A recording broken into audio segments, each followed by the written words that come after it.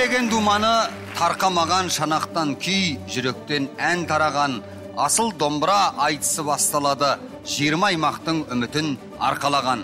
Асыл домбыра жобасының көрермендері, армысыздар.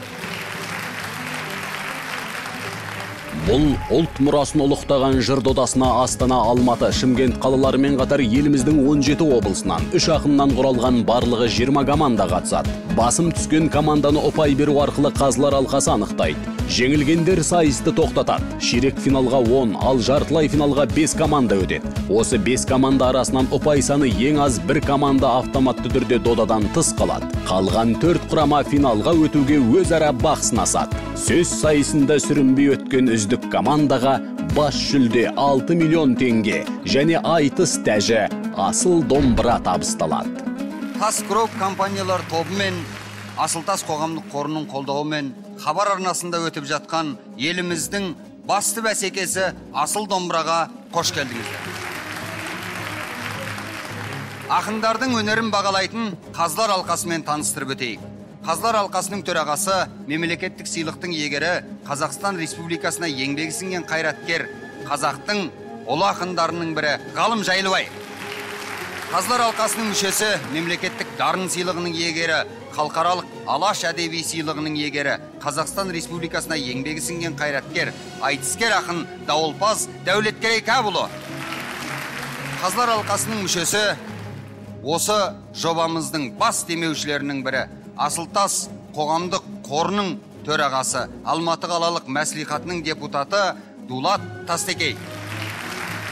Бірінші айналымнан сүрінбей өтіп, екінші айналымға ентікпей жеткен әр облыстың ақындарының арасындағы дода қыза түсуде. Бүгін өнер көрсететін қос облыстың ақындары да осал емес. Бірісі Алматы облысының ақындары болса, бірісі Қызылорда облысының жүйріктері. Қос облыстың командаларын ортаға шақырайық. Алматы облысының атынан сынға түсетін Нұрболат Серік 2023 жылға республикалық Біржан Сара ізіменен атты республикалық қыз-жігіт айтысының қатысушысы, облыстық мүшәйралардың жеңімпазы. Жалғас Мақсұтов Қабанбай Батырдың 330 жылдығына арналған республикалық айтыстың жеңімпазы, бір қатар облыстық айтыстардың жүлдегері. Расул Саутбек Менің пірім Сүйімбай атты республикалық студенттер айтысының жүлдегері, Үмбетәлі Кәрібаевқа арналған облыстық айтыстың 2-ші орын иегері. Ақынмын сөзі жетер сан ғасырға атты Оразалы Досбосыновқа арналған студенттер айтысының жүлдегері, Есенқұл Жақыпбековқа арналған облыстық айтыстың жүлдегері. Қызылорда облысының атынан сынға түсетін Сырым Әділбеков Асыл домбыра республикалық ақындар айтысының 3-ші орын иегері. Қармақшы ауданының 90 жылдығына өткен республикалық айтыстың 1-ші орын иегері. Ержан Әміров Асыл домбыра республикалық ақындар айтысының 3-ші орын иегері. Республикалық облыстық айтыстардың жеңімпазы. Бексұлтан Орынбасаров республикалық сыр дарыны атты жастар айтысының бас жүлдегері. Республикалық күміс домбыра ақындар айтысының 2-ші орын иегері. Шу дегенде ағайын аттың басын тартама, ал ендеше ағайын ақындар шықсын ортаға. Ақындарды ортаға шақырайық.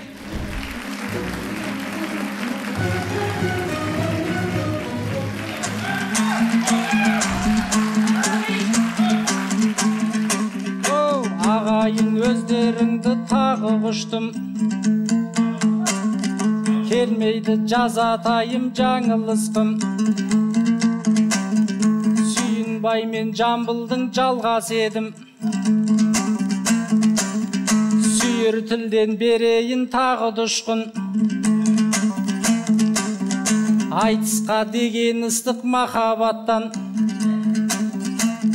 боп тұрғаны кеудемде жарылыстың. Есті сөзге құмартып бала жастан, Есенқұлдың өлеңін қанып іштім. Бір айналып кеп қалдым алдарыңа, ілеп есіп жүректен сағыныштың. Ассалаумағалейкум асыл елім,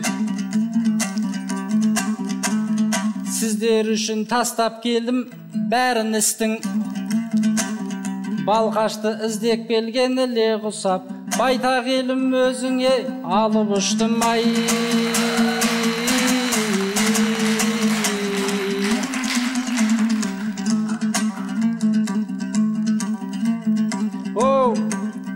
Жырымен шөлдегеннің шөлін басар,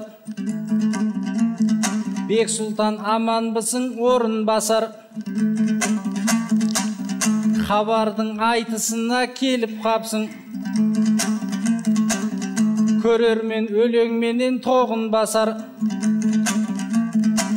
Шумағыңды ұмытып шірітпесең, бұл жоба әжептәуір жолыңды ашар. Жыршы жырау деп айтады бәрі сені, өндіріп өлең жырдан өнім жасар. Көмейіңмен мұрыннан шығаратын бір-екі термеңізден орында шалай.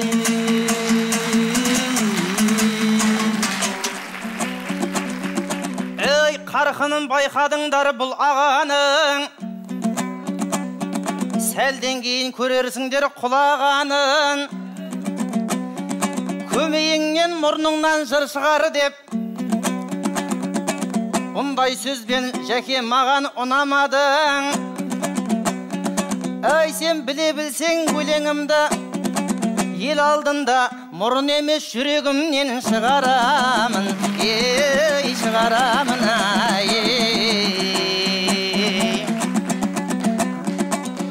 Қаны таза қазанат аламан көрсе жол қонары, айтысқа түссем шабытымна қандай тулап толқынары. Жаттадым жастай жырдастан, жадымнан қалай ұмтылары. Ей, бабадан қалған аманат сөзім жоқ сатып құлқылар. Делдеп жүредім өзімде, жырлайтын қашан күн туары. Жолына түсті жас жүйрік, қиқулы қане көпшілік тарқасын бүгін бір құмары. Ей,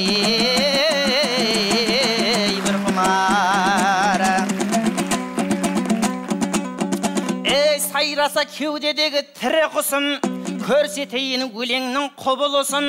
Ассалаумағалейкум жалғас аға, көп көрінбей кеттің ғой тірімісің. Кешегі есен құлдан сарқыт болған қымыздың сабадағы жұғынысың. Кел ендеше сыйласып айтысайық, ізеттілік көрсетсең інің үшін. Асыл домбыраны ұту міндет емес, ақындықтың шыңына шығу үшін. Ағайын қолдауыңды аямасаң, одан асқан жеңіс жоқ ұлың үшін. Өйткені қарабасы қаннан артық, әрі қайсысың алтынның сынығысың. Ей, сынығысың ай.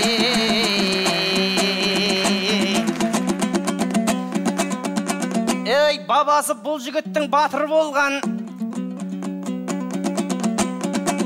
жобасы бұл да сондай батыл болған.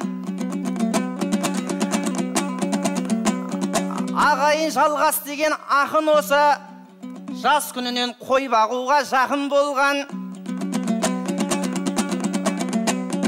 Отар қойларын алдына сап, топыраш тор дөненін тақым қалған. Қоймен бірге ой бағып сары далада аузынан шыққан сөзі нақыл болған. Мінекей алдарыңа келіп отыр шабытын шаршалаңда шақырған жан. Жазылбектің ізімен шопан болып, Әзімбектің ізімен ақын болған. Ей, ақын болған ай.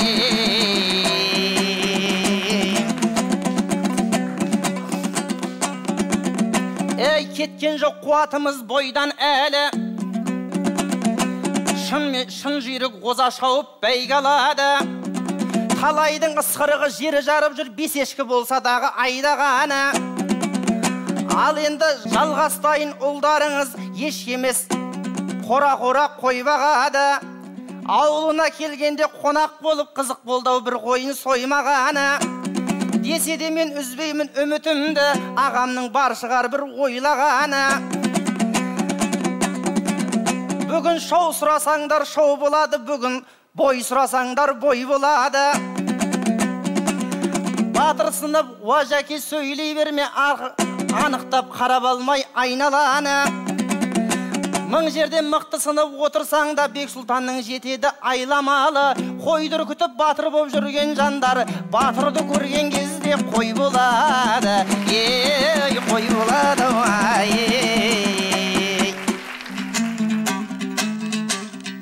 Қой сой десең ағаң неге жақ ашпайды, осындай беріп жатса алаш бәйгі. Қозының жайын сосын сөйлесерміз, сахнада ойымыз толастайды. Сырдағы жырау едім деп айтасың, жыраулық неге ақынға бағашпайды. Бірақ та біз шаппа-шап айтысайық деп жүрме ағам мені аласпайды. Жыраулардың мектебін білесің ғой, Сүйінбайдың стиліне жараспайды.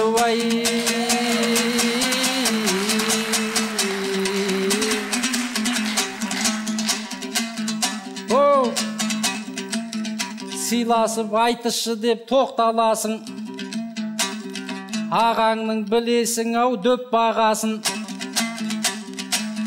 Өзіңде артық кетіп отсың бірақ, оны мына көрді ғой тек талашым. Абайлап сөйле інім сен де маған, өзің айтқан сөзіңе кек баласың. Саған соям деп отқан сол марқаның, әйтпесе өзің орнында боқ баласың.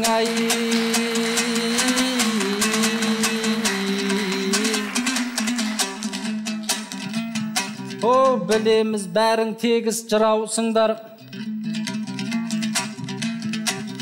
жыр айтқан сайын елге ұнарсыңдар. Жыраулар таңды таңға жалғайт деушет, сөзімнің мәнін терең ұғарсыңдар. 2 жыл бұрын ғана үйленіпсің, інім ау алдыңда ғой шығаршыңдар. Келінді де жыршы деп естіп едік, жұптарыңды дәл тапқан сыңарсыңдар. Екеуің таңды таңға жалғастырып, тоқтамай жырлап жатқан шығарсыңдар.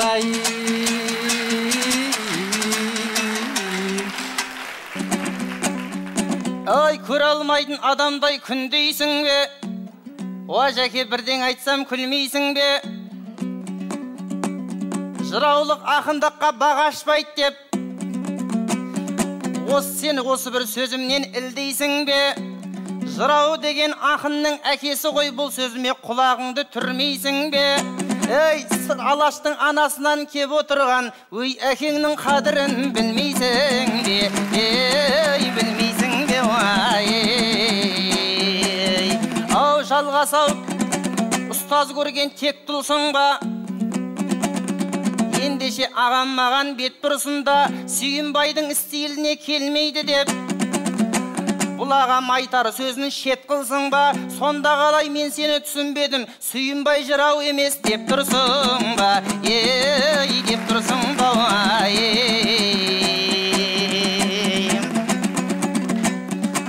Сыйласып айтыс дейсің сіз боп маған,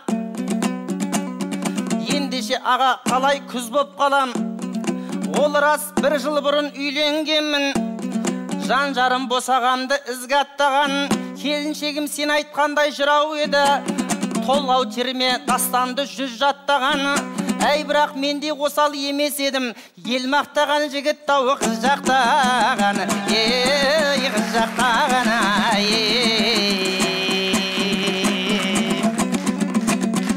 Сөзіңнен соғыс көрдім, майдан көрдім, жаңағы бір айтқаныңа қайран болдым. Кеп отқан қонағыңа қой сой десем,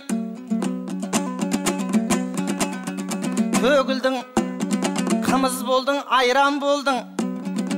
Мархорнына өзіңді соямын деп, меселін қайтардың ғой жайған қолдың.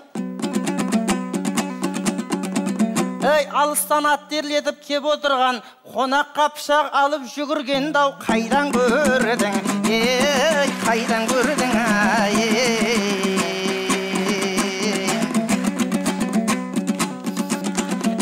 келген соң қалың қазақ қалауымдайды. Біздерден өлең менен ән арылмайды. Ақын деген халықтың адамы ғой, ел үшін оның қалай жана ауырмайды. Ау жәке, шыныменен ақын болсаң, кешегі мен бүгінгі заманымдайды. Ескі Қазақстандағы есерліктайды, жаңа Қазақстандағы жаңа арудайды. Қымбатшылық батқан соң бүйіріне құбылмалы боп тұрған қоғамымдайды. Жемқорлыққа қарсы шығып жоям деген жеңілуге жасаған қадамыңдайды. Ей, байлығына қызығып басқалардың жат елге кетіп жатқан жамалымдайды. Тілің менен дініңді шұбарлаған осы күнгі жақсы мен жаманыңдайды. Ай, ал егерде мұның бәрін айта алмасаң, уақыт құртпай ағажан, аулыңа қарағым қайт. Ал ендеше берейін кезегіңді, жарытып айта алсаң жауабыңдай. Ей, жауабыңдай. Мен саған жайған едім құшағымды, және де көрсеткем жоқ пышағымды. Сорпаны аңсап тілің бара жатса, сой десең соямын мен тұсағымды. Хайбек Сұлтан бауырым, бетпе-бет кепсің майданға. Басқасын айтып қайтейін, Қызылорда жайлы айтайын. Күбә болсын ел жайларға, Қызылорда көш бастап жүруші ед, қазақилық дейтін қайнарға. Соңғы кезде бүлінді, сүрінбес жерде сүрінді. Өзіміз күбә боп жүрміз талай сұмдық жайларға. Шиелінің төрінде цемент завод сап бердің Қытайдан келген байларға. Сол цементтің шаңына қалың жұртым тұншығып, зығырданы қайнауда. Болса да қанша қауіпті, жаптырмаймыз деп зауытты. Тұрғындарың сайрауда, баламды қалай бағам деп, кредитті қалай жабам деп, 600-дей жұмысшың басып отыр айғайға. Осыларды жеткізбей, алталашқа өткізбей, пирашки жеп жүр үш ақын саяхатпенен сайранда. Осыны неге айтпайсың? Шамаң жоқ па ойлауға?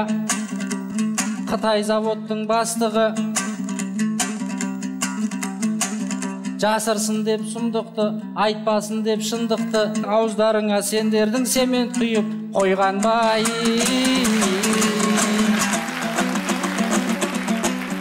Ей, мұндайда өлең болып ағыламыз, мұндайда шырақ болып жағыламыз. Қонақ болып келген соң Алматыға шақырсан төріңізден табыламыз. Ай, жалғасаға сойып бере қойыңы жоқ, біз пирашки жемегенде не қыламыз? Ей, не қыламыз? Ей, аға келсе әдептен аспағанбыз. Сұрақ қойсаң жауап беріп саспағанбыз. Қызылордам күн сайын дамып жатыр, салынуда керемет баспанан жүз. Қай-қайдағы зауытты айтып отсың, біз Қытайдың зауытын жауып тастағанбыз. Ей, тастағанбыз.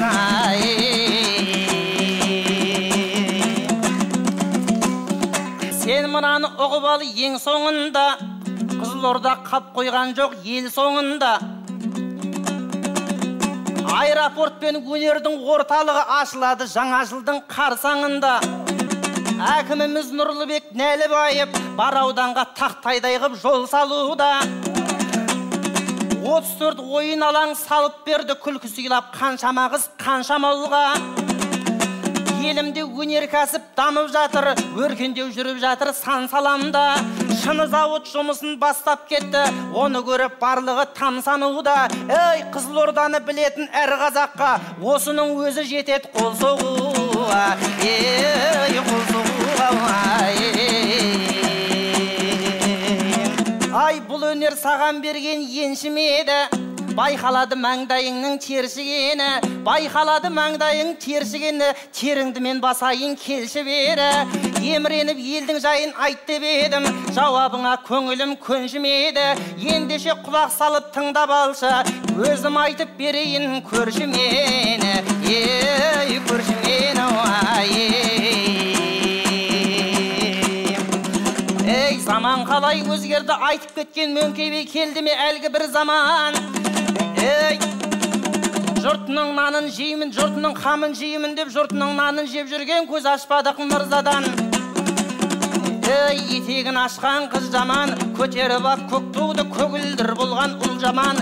Кей жігіттер көбейді, елді улап ессіз ыржалаң. Ей, жихатта қиып жиғанын, өзгертіп сана иманын, дәстүрлі жолдан тайдырып дүбәрі қылғандың жаман. Әр түрлі болса ағымым айтыңдар кімнен үлгі алам. Ей, қазақтың байтақ жерінде тектілік қонған түрінде шұбарланған тіл жаман. Ей, індет келіп түр жаман, айырылдық қанша құлжадан. Ей, олаз болса тағы да моргтерді толтырды қаңтарда өткен зілзалаң. Ей, орманымыз өртеніп, адамдар өлді ондаған, аңдарда өлді мыңдаған. Ел қорғайтын сарбаздар асылып өлді еріксіз, мен осыған мұңданам.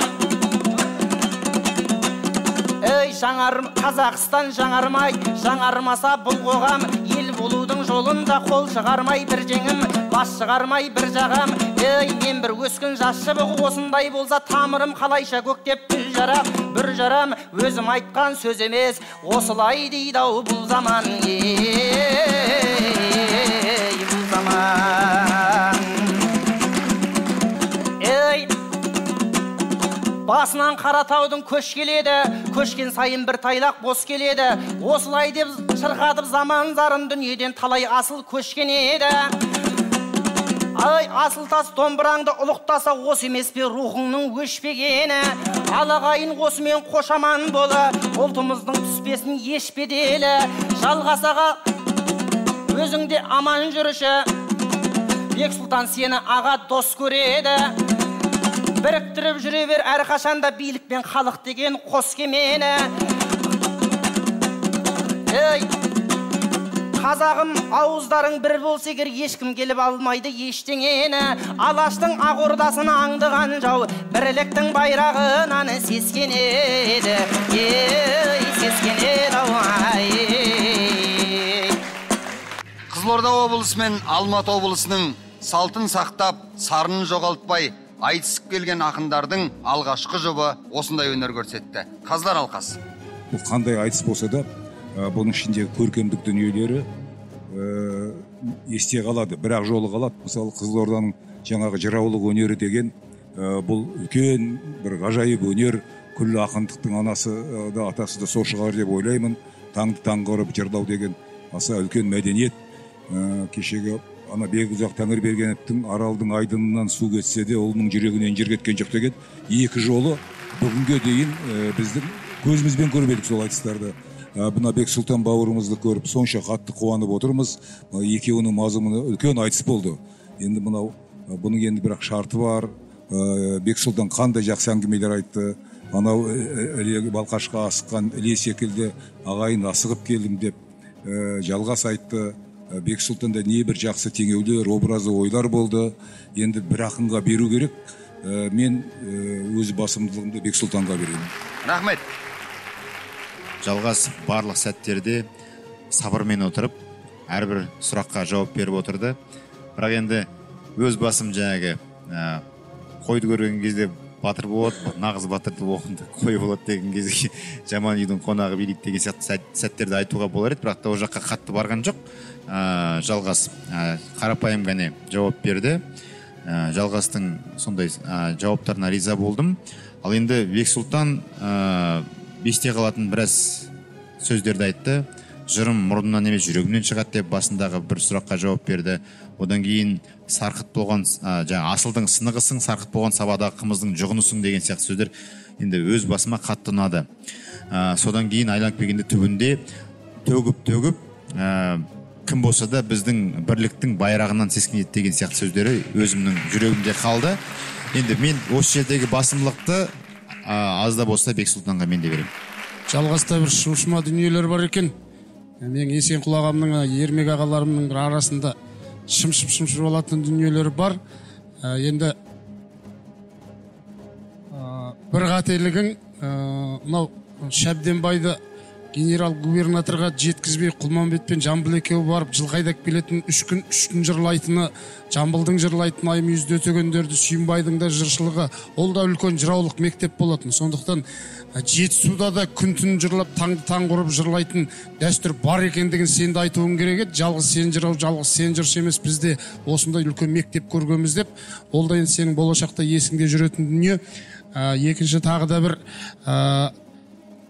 Бексұлтан қалайда анау Жиенбайлардан жалғасқан сыр сүлейлерінің сарынымен келіп Тасбергеннің маңырамасын еңіреткен кезде біздің жалғас айтушыдан гөрі тыңдаушыға айналып кеткендей көрінді маған. Сондықтан бәрібір де мен жалғас бауырыма болашақта ақ жол тілеп дауысымды Бексұлтанға бердім. Айқын басымдылықпен алғашқы айтыста Қызылорда облысының ақыны жеңіске жетті. Енді кезек екінші жұпта. 13 табысты жыл, 50 филиал, 500 қызметкер, миллионнан астам қанағаттандырылған клиенттер. Тас Групп, Қазақстан Республикасы мен ТМД елдерінің тұрғындарына қаржылық қызметтердің толық спектрін ұсынатын серпінді дамып келе жатқан компаниялар тобы. Басты миссиясы – инновациялық шешімдердің көмегімен мақсатқа жеткізетін қаржылық мүмкіндіктер ұсыну. Тас Групп, қазақтың төл өнері ақындар айтсын қолдайды.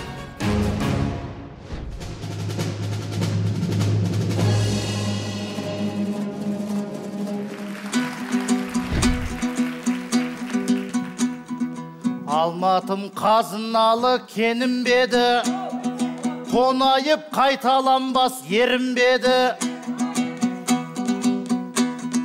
Райымбек Қарасай сұраншылар көкжал еді Шайқастың чебіндегі. Сүйінбай Жамбыл менен көдектердің өнеге кейінгіге өмірлері. Поэзия мұзбалағы Мұқағали, жырмен емдер жараңды көңілдегі. Нұрғисаның күйінің құдіреті Аққуды қайырған көліндегі.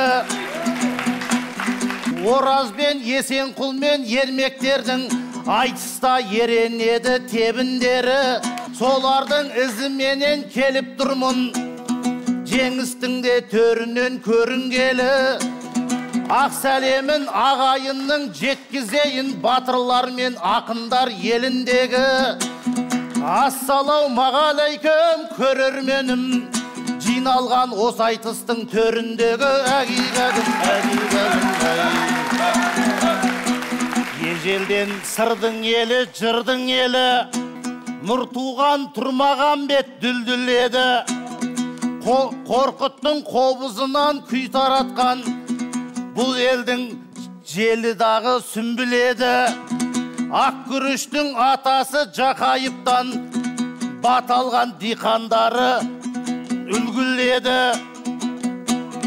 Қазақтың ең алғашқы астанасы Ақмешіт тарихтың шындық еді. Мәнәптің ізі қалған жаңа қорған, сулары Сансырқатқа мың бір емі. Сол киелі аймақтан кеп отырған бұл ержан не ойлап тұр, кім біледі?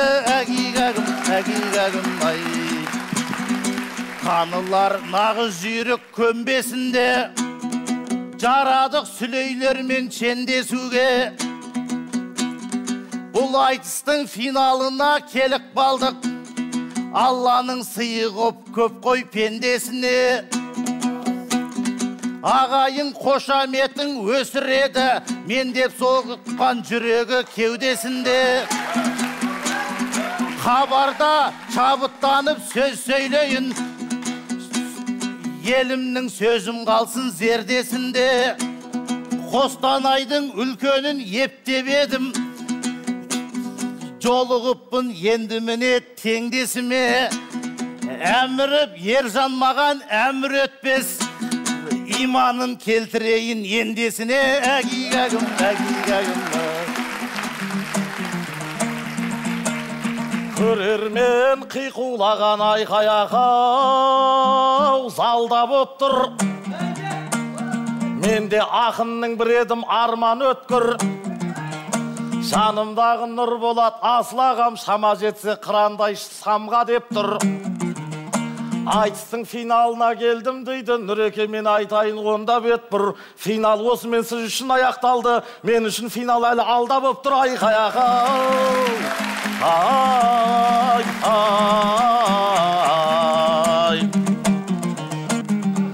Жан емес сіз мен үшін ізіп өтен, бірақ қате сөзіңді тізіп өтем. Ерекше сыйлайтұғын ағам едің, қамалыңды қалайша бұзып өтем. Көңіліңе иманды келтірем деп, бірақ сенің ниетің түзіп екен. Жүрекпен адам иман келтіруші еді, көңілмен келтіргенің қызық екен. Кемедей шайқатылып кемел жырым, теңіздің танытайын тереңдігін. Қос бірдей команданың үлкендері сынасын ел алдында шеберлігін. Сыр елі ең алғашқы Астана деп бұлағам танытуда кемелдігін. Одан кейін Алматы Астана боп талайға танытып ет тегеурінін. Сол Алматы атынан келген ағам ерекше байқатып тұр емеурінін. Сөзді маған бастатат деп ойлабым, асығыс бастап кеттің неден бүгін. Сен өмірге келгенмен менен бұрын, мен Астана болғанмын сенен бұрын. Айқай-ақау, ай-ай.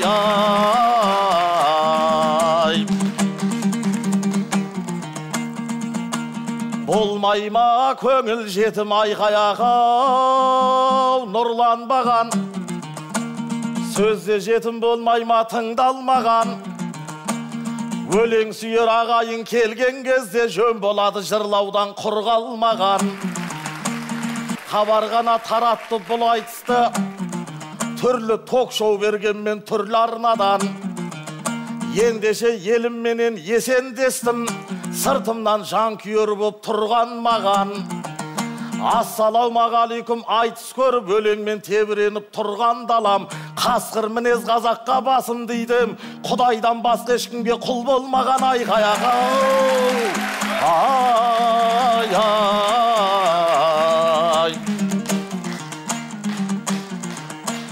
Елінен келгенімде шын болаттың, жыбына айналдым ау нұр болаттың. Керемет айтыс болсын келендеше, көңіліне шығайық мың қонақтың. Қаратаудай болған соң қадырыңыз, Алатаудай болған соң арыныңыз. Інілік ізетпенен сәлем бердім, сарқылмасын бойдағы сабырыңыз. Жақсыма ауыл аймақ балашаға, хал сұраудан бастасын нар ініңіз. Елге сұмдық атақты болмасаң да, көзіңмен көрініп тұр жалыныңыз. Бұрын есіміңізден шошушы едік, тым тереңде болған соң танымыңыз. Әй, бірақ қаңтардан соң бәрі өзгерді, осыны түсіндірсін бауырыңыз. Нұр болатпын деп кеуде қаққаныңмен, сіздің бүгін бетеді-ау дәуіріңіз. Нұрдың да болаттың да заман өткен, әміріпке жүрмейді-ау әміріңіз. Айқай-ақау, ай-ай. Айтылсын жүректегі құмар әнім, мен бүгін ел намысын шығарамын. Финалың осы менен бітті дейсің, шығып жатыр бойыңнан шубар әнің.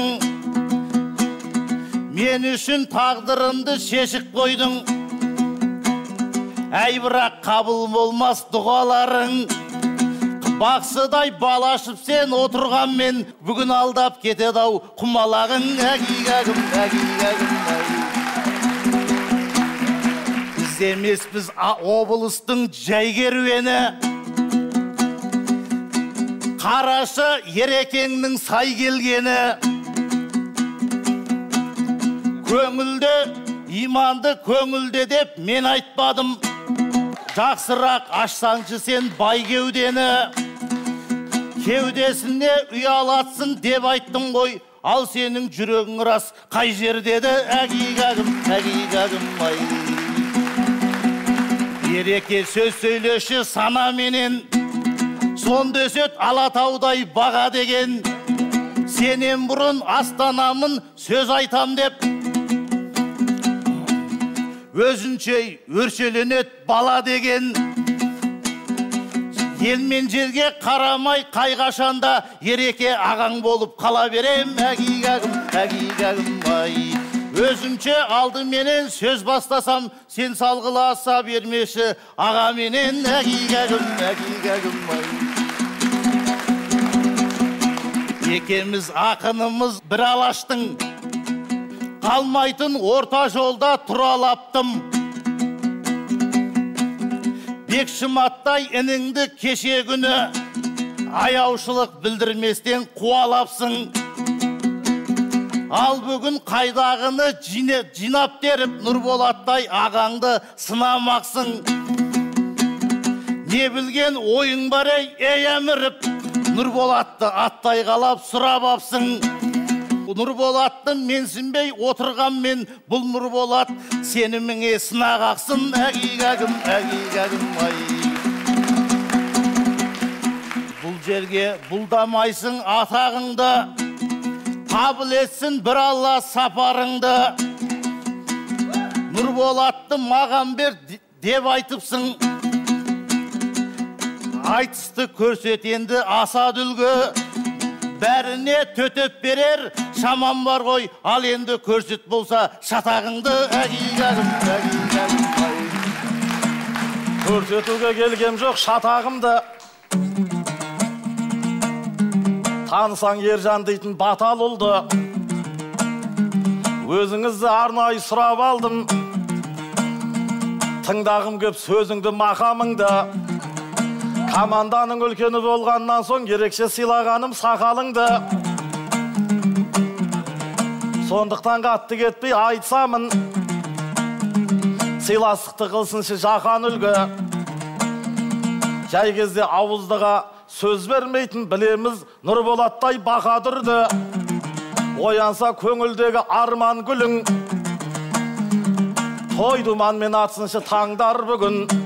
Мен олай айтпадым деп ақталасың, сөзін айтсаң қайтеді талғамдының.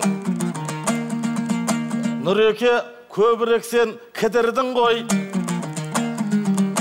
жүйрігім тайып кетпе жолдан бүгін. Жобаға келтір алмай отқаныңыз, Ержанды алдап отқан жалғандығың. Өзіңізге құшақты айқарамын, ат сүрініп болғанша ой табамын. Мен сізге жала жауып отырғам жоқ, осы болды басымды шайқағаным. Көңілдегі иманың деп айттыңыз, көкке көтерілмесін әй танауың. Ешкімге жала жауып отқаным жоқ, өзіңнің айтқаныңды қайталадым айқай ағау. Ай, ай, сөздерің бұзалмайдау шырқымды онша, жаймен ай сасығып ұмтылғанша.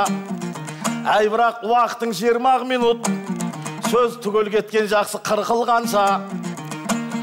Сондықтан да өлеңнің соңғы 2 қатарын біріктіріп айта берші мүмкін болса. Капитаны болған соң команданың, келмейді Нұрекеңді жамандағым. Аманатын арқалап Алатаудың, ат көлік келдіңдер ме аман бәрің. Жалғас жаңа қойшы деп естігенде, апырай не болар деп алаңдадым. Жылқшы жігіт еді Расулыным, онда байыппенен бағамдадым. Құрметпен сөз берейін, не де болса қайырлы болсын бүгін қадамдарың. Айтыскер ақын қылып алып келген мал шаруашылығының мамандарын айқай ағау. Ай, ай. Бұл ерекең құрып жатыр тамашаны, тағы да тағдырыма балашады. Тоқтап қалдыңыз деп айтасың, кетілген жоқ ақ тұлпарымның тағасы әлі. Ағаң болып сөз сөйлеп отырған соң асықпай айтқанымда жарасады. Әгигәгім, әгигәгім. Бұл жерде қысылатын тақым болар, ел намысын қолдасам қақым болар. Бірі қойшы, бірі жылқышы деп ағалап жүр ғой, міне қасым болар. Ақындыққа көп мамандық керек емес, ол жағын түсінетім қақың болар. Біздің елге аралап қарасаңыз, кез келген қазақтың бәрі ақын болар. Әгигәгім, әгигәгім, ай. Бойымда өлеңімен ән тараған, ерекеңмен көңілім марқалаған. Екеміз екі елдің жүрігіміз, сан рет чапсақтағы шаршамаған. Осы менен айтысты доғарайық, сыйласқанға ереке жан садағам. Жүкеңде жүз жасасын әз жамбылдай, айтыстың аманатын арқалаған. Дулатаға сізге де рахмет, көп ақындын жинапсыз ғой әр саладан. Астанадан Дәулет келей ағам кепті, тау тұлғалы өзі де дархан адам. Ғалым ағам елімнің еркесі еді, жері жоқ атақ бұлдап шаршамаған. Құдай-ау, Бәкең ағам қайда кеткен, қас жүрек екі көзі қанталаған. Хабарға рахмет, осы күні жақсы жұмыс жасап жатыр қаншалаған. Ағайын осы менен есен сау бол, айтысқа сағынышы тарқамаған. Әгигәгім, әгигәгім. Танытпай шаршағанмен қажығанды, көңіліңнің күйімен сазы қалды. Бәукең, дәукең, ғалекең, дәкеңді айтып, мақтағанды бұл эфир жазып алды. Халайық маған ырза шығарсыздар, ешкімге жеткізбей ақ базынамды. Менімен айтсам деп келіп еді, жағалап кетіп жатыр қазыларды. Айғай, ай, ай. Өмірде білімді адам адаспайды, имандының қалайша бағаспайды. Үлкенмін мен асықпай айтамын деп, көңілге тудырмайсың оғаш қайғы. Асықпай айтқаныңыз жарасады, бірақ тоқтап қалғаның жараспайды. Айғай, ай, ай. Сен мен үшін қадірлі бағалы едің, Ержанды інім дедің, бала дедің. Не десең де көтерем әр сөзіңді, өйткені сен ардақты ағам едің. Ержанының қалайша алаңдасын, қызыл тіл қиып түсер ағалмашым. Бірақ ол ағалмасты сілтемейін, болсыншы басқалардан бағаң басым. Не болса да биікте көріне бір, Нұрболаттай аяулы замандасым. Көп сөйлеп біз түспейік әбігерге, таусылмас бақыт берсін тәңір елге. Екеумізге қол соғып ырза болған, алғыс айту керек қой қалың елге. Сен аман бол ағайын туысқандар, осы тілек қымбат қой бәрінен де. Айғай, ай, ай. Қос облыстың ақындарының екінші жұбы да алдарыңыздан өтті. Ендігі екі ақынның қайсысы есе жіберіп алғанын қазылар алқасынан сұрайық. Осы Алматы облысының ақындар құрамасына бір ризалығым бар. Жігіттердің барлығы бір байсалды, аңғал-саңғал, нағыз қазақ сияқылды. Қарсыласқа деген бір өшпенділік жоқ, қарсыласқа деген бір көзбен атқан дүние жоқ. Осы бір жарқылдап отырған ақын мен ақынның достығын, ақын мен ақынның сыйластығын көрсеткен айтыс болды. Енді бұйырса Нұрболат әлі алда топ жарат деген үлкен сенімдемін. Бүгінгі мына байсалдылықпен, мына ешқандай бір көңілде кірбің жоқ, сезімде селкеу жоқ, отырысың сені әлі талай биікке шығарады. Енді Ержан бауырымның жолы да жөні бөлек, мен Ержанға даусымды бердім. Нұрболат ақын басынан бастап Нұрғисаның құдіреті Аққуды қайырған көліндегі деген сияқты сәттерден бастап Алматы өңірін әдемі сипаттаудан әдемі сөздерді өрбітті. Енді екінші қайырымда аздап кідірген жерлер болғанмен де оған Ержан ақынның айтқан сөздеріне үшінші қайырымда мүлдем күшейіп кетті Нұрболаттың ағыны. Ал енді мен эмоцияға салынсам таза, онда Нұрболатқа дауысымды берер едім. Бірақ енді айтыстың иісі аздап мұрынға келгеннен кейін айтыстың тәртібіне бағынатын болсақ, бағамды Ержанға беремін. Бір ақынның сөзі бар еді, бәйге берем жығылған палуанға да адалдығы сезіліп тұрар болса деп. Нұрболат басынан бастап бір кәдімгі сахнаға бір үйдің төріне шығып кеткендей рақаттанып отырды, көңілімен, шын көңілімен аңқылдап күліп, жолың болсын, сен көбірек ізденіп айтысқа кеп жүр, мен дауысымды Нұрболатқа берем ғой деймін. Екінші жұпта 2-1 есебімен Қызылорда командасының ақыны алға шықты. Құттықтаймыз, енді кезек 3-ші жұпта. Асыл домбыра тележобасының бас демеушісі Асылтас қоғамдық қоры. Асылтас қоры құрылғаннан бастап 5 жылдан бері төлөнеріміз айтысты жан-жақты қолдап келеді.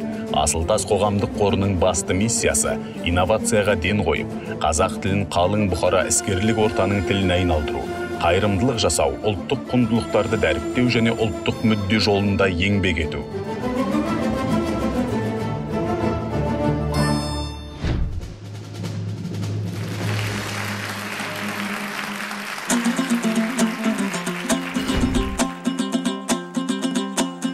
Қайғымен кетпесе де айқай-ақау зар басынан, қазақпыз қайратынан жау жасыған, Алматыда ақындар басын қосты, қар өлең ақтарам деп қамбасынан. Ассалаумағалейкум арда қазақ, жаңылмай жатқан елсің тәубасынан. Үмітімді үкілеп отырыңдар, үмітін үзбеген ел Алласынан. Сарнамысын қорғауға келіп тұрмын, қалайша көмейде жыр ән жасырам. Таңғайыр жыраулардың сарық дедім, сайрасам таңды бүгін таңға асырам. Аламанға түскенде арқам қозды, айтыстың ауа жұтып аурасынан. Қап түбінде жатпайды алмас қылыш, қабардың жарқ етейін арнасынан. Айқай-ақау, ай-ай.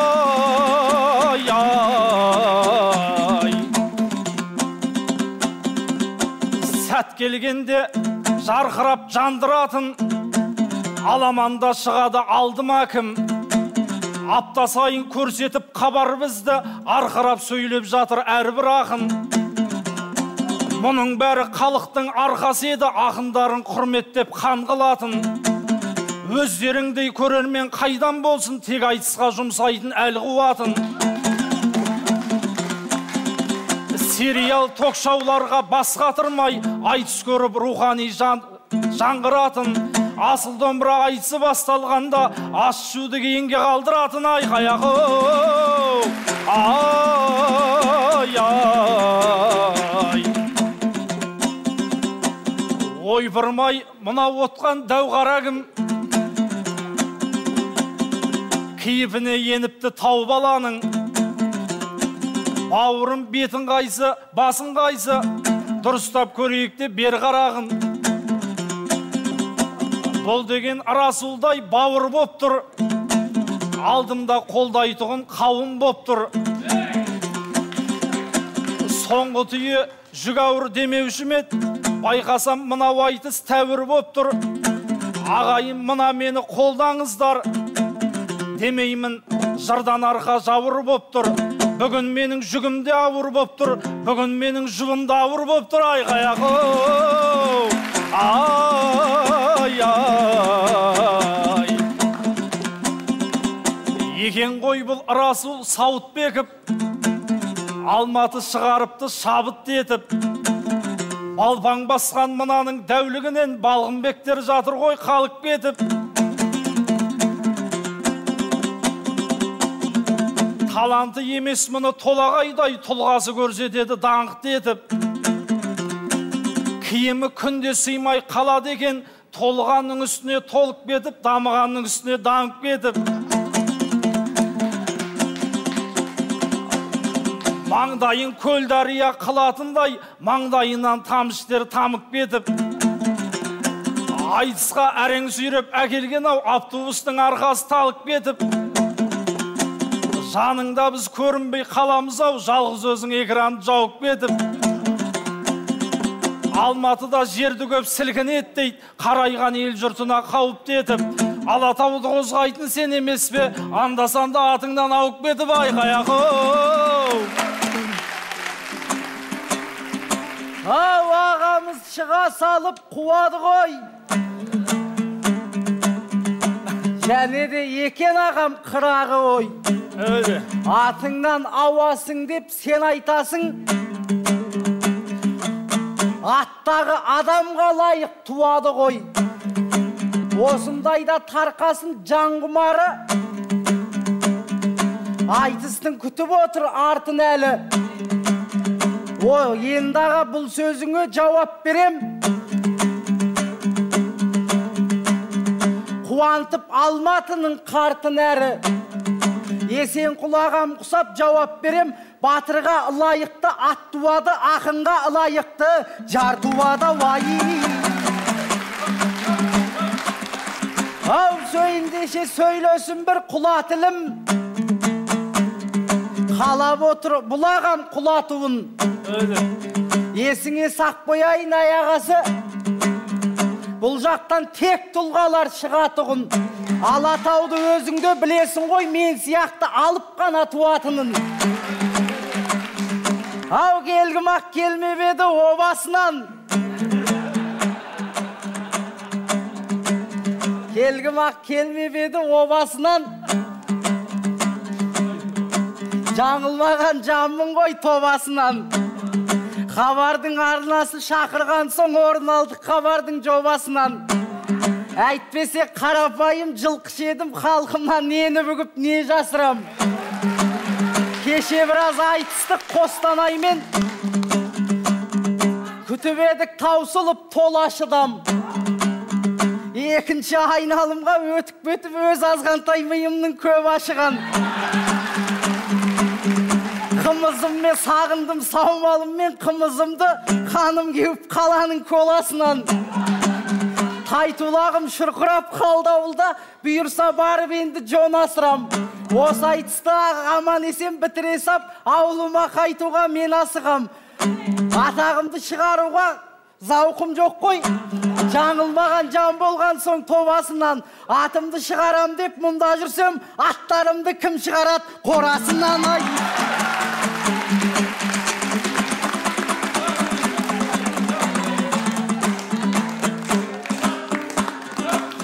Ау, ілесем деп атты мен жорғалыға.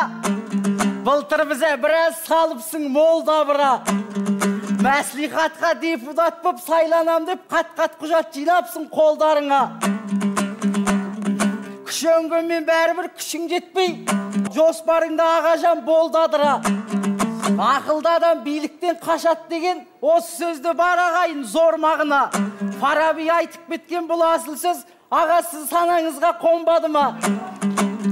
Фараби сөз айтса да мағаналы, ағамның басталғалы тұр жаңа дауы. Жұлқынып қазір жауап бересің ау, сойыл алып тұрғандай сабағалы.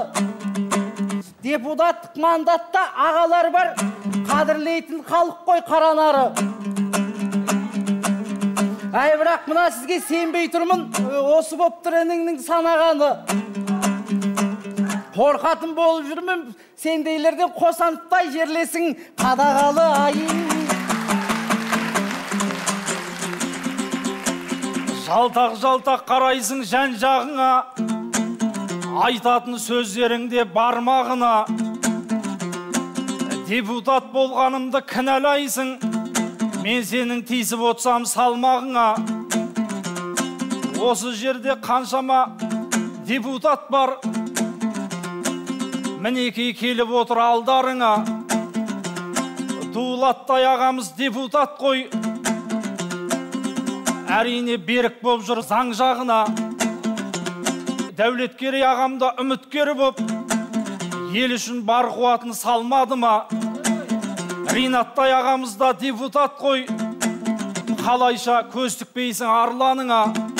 Жалғыз ғана мен депутат боп тұрғандай, ойпырмай қол жеткізем деп тұрсың арманыңа, алаш үшін депутат болып жүрген ағалардың ақымақ болғаны ма? Айқай ағау, ай ай. Сыр елінен келгенде сырым сері, сайысқа шақырады бүгін сені. Батырдың ұрпағымын деп мақтандың, расулау болады ма мұның жегі?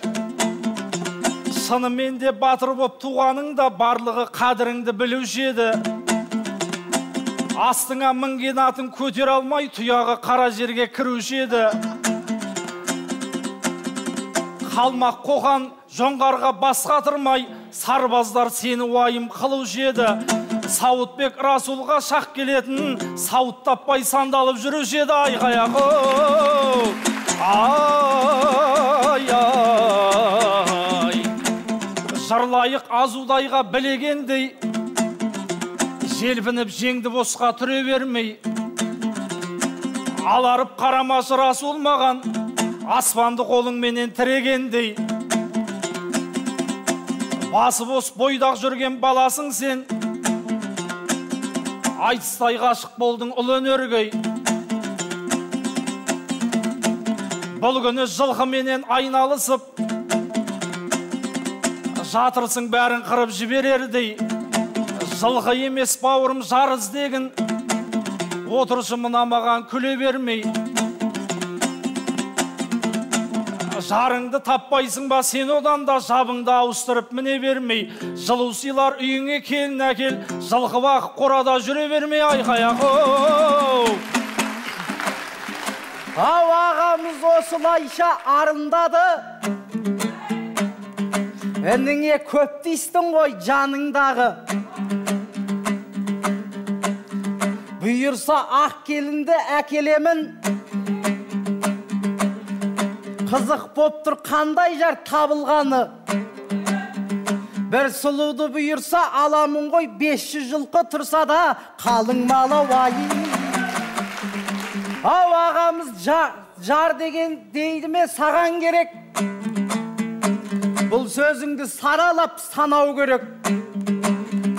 Мен бекер үйленбей жүрген жоқпын, ағасы бізге де бір қарау керек. Қаланың ақ әппақ сауса қыз емес маған, биені көмпілдетіп сауатын адам керек. Өлеңді жаза бассаң дейді надан, саналы сөзімді айтып кей құраған. Бойыңдағы біраз нәрсен айтамаға, кемшіліксіз емессің бейгүнә жан.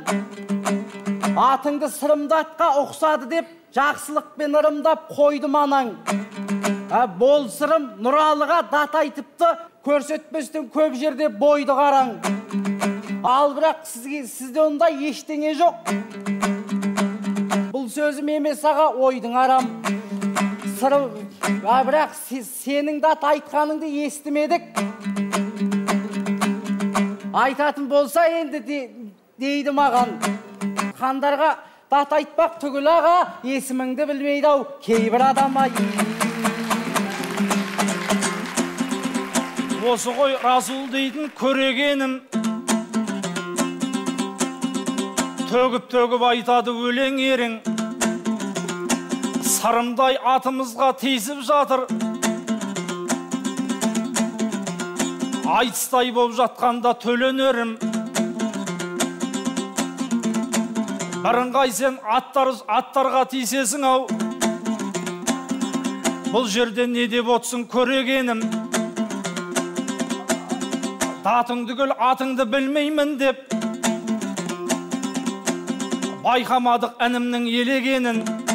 Сырымдай дат айтуға дайын тұрмыз, тыңдамайды бірақ та төрелерің. Айқай ағау, ай ай. Несіне бұл үніме тірелейін, әніменен алысып жүдемейін. Маған өзі бұл жерге зорға келдім деп, көрсетуге шамасы жоқ ірі өнерін. Зорға келген баланы ауағайын, кетуге көмектесіп жіберемін. Айқай ағау, ай ай жанымдағы бұл расул бөпе қой жас көп нәрсені айтарда көкем ойлас ағаменен іні боп әзілдестік оған бола ештеңе ете қоймас кетер кезде өзіңе тілейтінім алдыға қадамыңды жетелей бас көп кешікпей бір басың екеу болсын бұл өмірдің рахаты неке қойрас қоштасарда алайын қолыңды алып құшақтауға құлашым жете қоймас айқаяқ ағажан айта алмаймын өрілдім деп сені де айтпаймын ғой керілдің деп ел жұртқа абыроймен қайту керек осыны оғып отыр елің бірлеп ауыл жаққа мақтанып айтамын ғой телевизордан 2 рет көріндім деп айқаяқ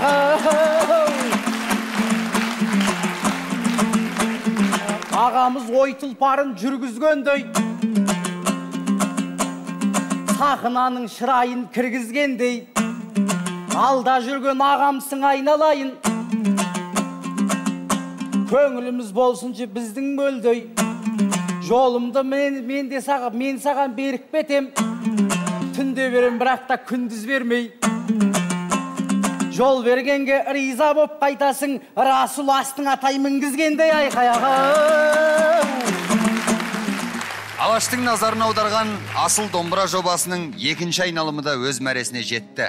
Алматы облысы мен Қызылорда облысының арасындағы ақындардың 3-ші жұбының бағасын қазылар берсін. Сырымның тысқаққан ақын екенін барлығымыз білеміз, көптеген додаларда жүйрік болып жүрген ақын. Ал енді Расул алғашқы дебюттердің бірінде емін-еркін үлкен экраннан тәжірибелі ақынмен емін-еркін отырып айтысты. Кейбір сәттерде шынын айтам деп сырында айтты. Сонымен қатар айтыстың соңында өзі мойындап айтысқа байланысты менің жеке пікірім жолын беріп сырымның алға озғанын мойындап отқандықтан мен де Расулдың пікіріне қосылып өз бағамды сырымға беремін. Расул бауырымды көрген кезде сол ескі қазақты аңсап өзім ырза болып отырмын. Жаңағы Расулдың қорадағы аттарын ойлап Астанадағы өзімді аттарым есіме түсіп тыпыршып отырмын. Мен дауысымды Расулға беремін. Жасай бер Расул, алда аламандарың көп болсын. Қырымда жаңағы бұл жерде мынау кімнің Расулдың өзі мойындап отырғандай оқ бойы озық айтыскер, сырбәл талай сахнаға шығасың, жолың болсын айналайын, мен дауысымды сырымға беремін. Қазылардың шешімімен 3-ші жұптың да жеңімпазы Қызылорда облысының ақыны болып танылды.